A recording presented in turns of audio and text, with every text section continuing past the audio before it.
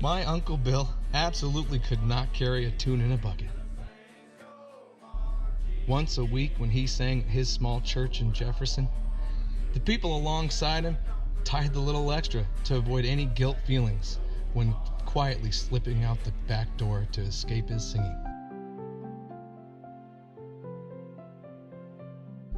But oh, how that man could make such sweet music with a crop of dirt.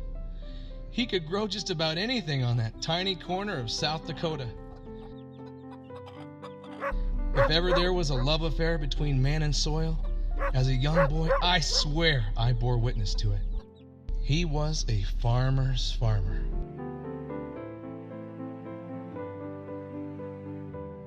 From the first fresh-tilled earth sifting carefully through his fingers at planting time, to glistening chaffs of wheat springing from the palms of his hands at harvest season, farming was what he lived and loved.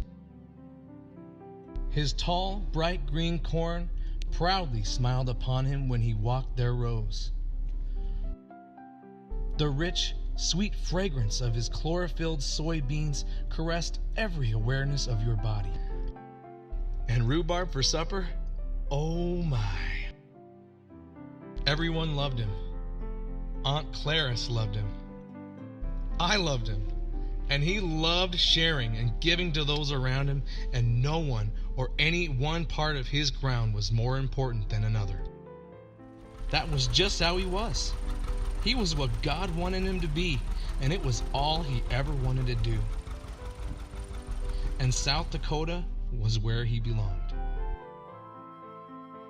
Before dawn, he would be milking the cows and working his magic with cantankerous machinery and temperamental tractors, and then work all day in his fields. After tending his animals, and with just enough light left in the day to drive a last Band-Aid nail into his aging barn, he'd slowly make his way back to the house and quietly close the back screen door to the service porch next to the kitchen. Boots off, he would exhale a long breath from the pain of tractor back, while Aunt Clarice would take his hat and sit him at her table. Together, they would softly hold each other's hands and bow their heads and give thanks for all they were blessed with. And Uncle Bill would gently smile, for he was grateful to God for having allowed his wife and his land to harvest his heart.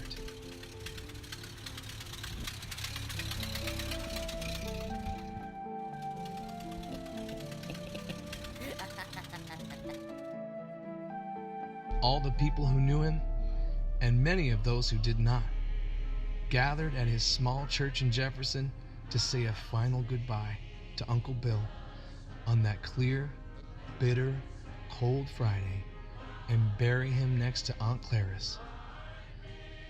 They all cried and they sang, and they were sure he was singing right alongside them, but this time, not one of them slipped out the back door, because you see, they all loved this old farmer. He was and always will be a farmer's farmer.